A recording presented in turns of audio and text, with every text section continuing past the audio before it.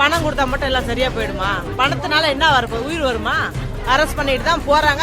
10 arrest பண்ணிட்டு போன 10 நிமிஷத்துல வெளில வந்துடுறாங்க. கள்ளச்சாராயம் காய்ச்சறதுனால தான் விக்கிறாங்க.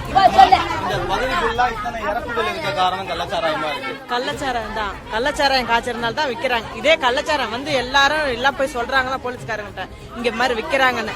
அரெஸ்ட் பண்ணிட்டு தான் போறாங்க. 10 அரெஸ்ட் பண்ணிட்டு போன 10 நிமிஷத்துல வெளில வந்துடுறாங்க. எதனால வர்றாங்க? ஆள் பலம் பணம் பலம். என்ன போய் பண்ணுவீங்க? இதே நாங்க அவங்க வீட்டுல டைரக்டா போய் சொன்னா கூட அவங்க வீட்டுல இருக்கிறவங்க எல்லாம் இங்க வந்து நின்று திட்டுறாங்க. அவங்க வேலையை பார்த்துட்டு போங்க, எங்களோட விருப்பம் அப்படின்னு சொல்லும் போது நம்ம போய் அவங்ககிட்ட என்ன கேட்கறது?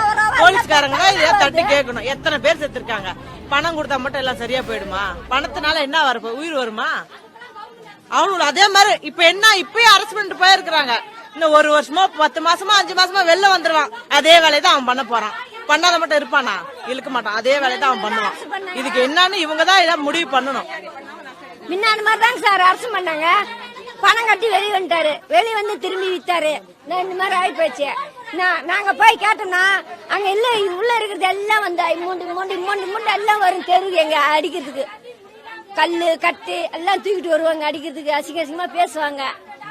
அதனாலதான் யாரும் எடுத்து செய்ய மாட்டாங்க. அப்படியும் போய் செஞ்சா கூட முன்னாடி அட்வான்ஸ் வாங்கிக்கிறாங்க. ஒரே நாள்ல இத்தனை பேர் இறக்குறதுக்கு முக்கிய காரணம் என்ன? எங்க இருந்து இது ஆரம்பிச்சு? கள்ளச்சாரம் விற்கிற இடத்துல இருந்து ஆரம்பிச்சது. எல்லாம் நைட்டு பகலும் குடிச்சதால இந்த பிரச்சனை வந்தது. எத்தனை பேர் குடிச்சான்றது அவங்களுக்கு தான். எத்தனை பாக்கெட்டு போட்டு வித்தன்றது அவங்களுக்கு அந்த வித்தவங்களுக்கு தான் கணக்கு தெரியும். அவங்க சொன்ன கணக்கு 80 பேருக்கு மேல வாங்கியிருக்கிறாங்கன்னு. அந்த 80 பேருமே இன்னைக்கு பெட்டில் தான் இருக்கிறாங்க.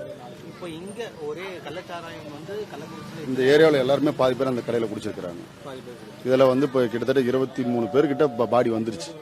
5 பாடி வந்திருக்கு. இன்னும் எத்தனை பாடி உள்ள வரும்னு தெரியாது. இது இந்த இடத்துல அதுவும் எனக்கு தெரிஞ்ச பக்கத்துல கோர்ட் இருக்கு, அதுக்கப்புறம் நிறைய ஹாஸ்பிட்டல்ஸ் இருக்கு, போலீஸ் ஸ்டேஷன்ஸ் இருக்கு. எல்லாமே என்ன பண்ணிடுவாங்கன்ற ஒரு தைரியத்துல வித்துருக்காங்க. அது அரசாங்கம் தான் முடிவு எடுக்கணும். அரசாங்கம் தெரியாம இருக்கும். ஒரு கோர்ட் இருக்கு, போலீஸ் ஸ்டேஷன் இருக்கும்போது மீறி விற்கிறானா அவனுக்கு எவ்வளவு தைரியம் இருக்கும்? என்ன சப்போர்ட்ல வித்தான்றது அரசாங்கம் தான் நமக்கு அதை கண்டுபிடிச்சு பண்ணணும். யாரு பின் விளைவு இருக்கிறாங்கன்னு அரசாங்கம் தான் முடிவு எடுக்கணும்.